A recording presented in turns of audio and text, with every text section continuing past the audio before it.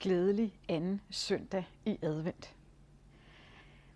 Vi skal have set på underbevidstheden og sindet, hvordan det egentlig fungerer. Det er jo sådan, at du har det bevidste sind, og så har du det ubevidste sind. Og det ubevidste sind, det er her, hvor dine tanker, dine følelser, din automatisering, den ligger. Det er noget, der kører på autopilot. Hvor man kan sige, at den bevidste del af hjernen, det er der, hvor du tænker. Det er der, hvor dine tanker de kommer ned.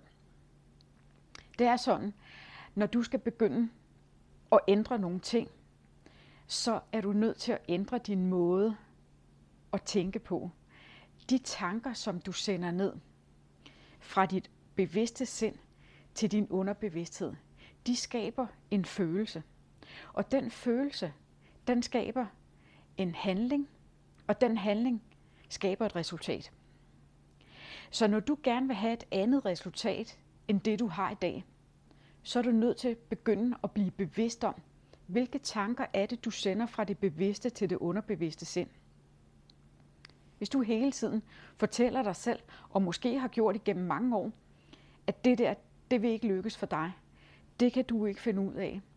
Det er de andre, der har succes, og ikke dig. Hvordan tror du så, at dine handlinger de bliver? Det siger næsten sig selv.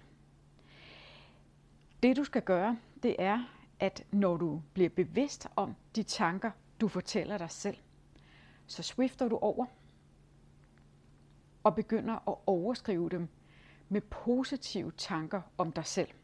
Så når du får tanken, det kan jeg ikke finde ud af, så siger du til dig selv, det kan jeg godt. Det vil ikke lykkes for mig. Det vil lykkes for mig. Lige i starten, så vil det føles som en løgn. Men tro mig, over tid, når du har gjort det, så begynder din underbevidsthed at tro på, at det er rigtigt, det du fortæller den. Fordi det er nemlig også sådan, at underbevidstheden kender ikke forskel på sandt og falsk, og rigtigt og forkert. Så jo mere du overskriver de gamle paradigmer og ting, som du fortæller dig selv, jo mere vil du overbevise dig selv om, at det rent faktisk er rigtigt. Og når du har gjort det over længere tid, så vil du også selv begynde at tro på det.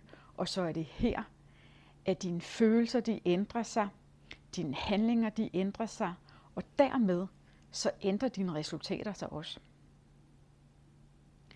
Det her, det er jo ikke noget, som vi sådan normalt går og taler så meget om.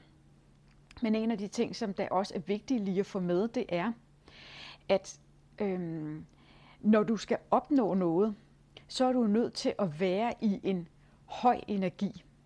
Det vil sige, når du er sur, vred, ked af det, så ligger du i en lav energi. Hvorimod, hvis du er positiv, tænker positivt, har positive tanker om dig selv, så ligger du i en højere energi. Og det er der, vi skal have dig op, for at du kan få ændret dine handlinger, som så vil føre til det nye og gode resultat, som du er i gang med at arbejde på.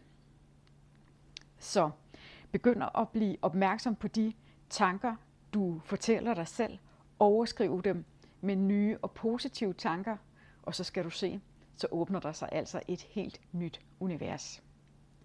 God fornøjelse og god søndag.